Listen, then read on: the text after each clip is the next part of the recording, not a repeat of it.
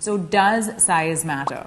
I have gotten asked this question so many times in my Insta DMs that I thought I would finally answer it today. At first, I thought it was a really awkward question and I was reluctant to answer it seriously, but body image is something that I genuinely care about, and when I thought about the question, I realized it's the same sort of problematic and heavily gendered conditioning that makes men feel insecure about penis size, much the same way that women are made to feel insecure about something like boob size or body hair. And I think that it's important that we address these issues. Most of our ideas around what sex and the body should look like are ideas that we haven't thoughtfully formed ourselves from real experience.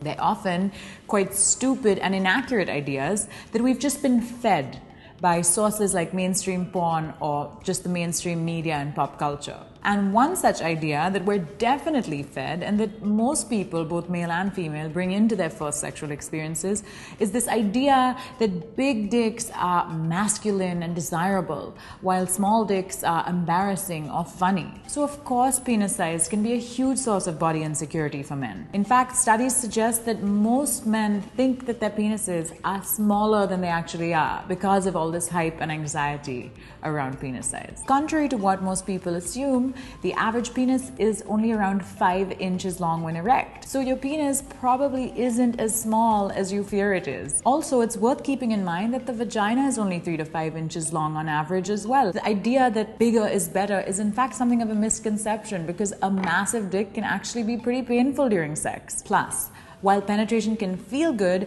most women need some amount of clitoral stimulation to orgasm. And we would all have much more fun sex lives if we thought of sex not solely in terms of penetration.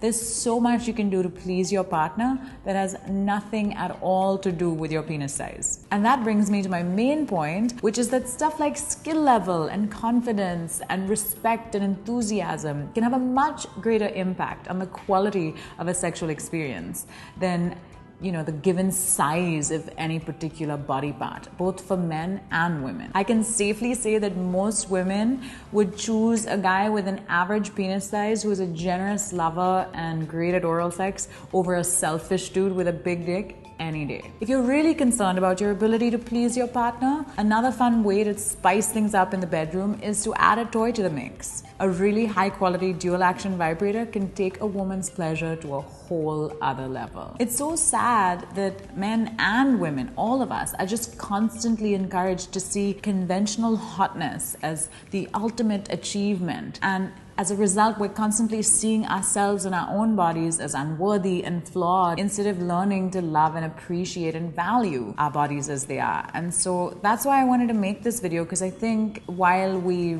sort of talk about this in the context of women's experiences, we kind of downplay the fact that men too have body insecurities. I think we'd be so much better off if we learned to be comfortable in our skin and just love ourselves the way we are. Fact is that the bodies we see in mainstream porn or movies or magazine covers or wherever else are rarely representative of what most people's bodies really look like. Most men don't have massive dicks and ultra-defined abs, just like most women don't have huge boobs and tiny waists and a perfectly round butt with no cellulite. Most people just aren't all shiny and hairless and big in only the right places. It's just not how we're made. And guess what? That's okay. So let's not get caught up believing that our own bodies aren't good enough. Work with what you've got and you'll be surprised at how far you can go. No pun intended. Follow me on social media, leave me a comment, and I'll see you next time.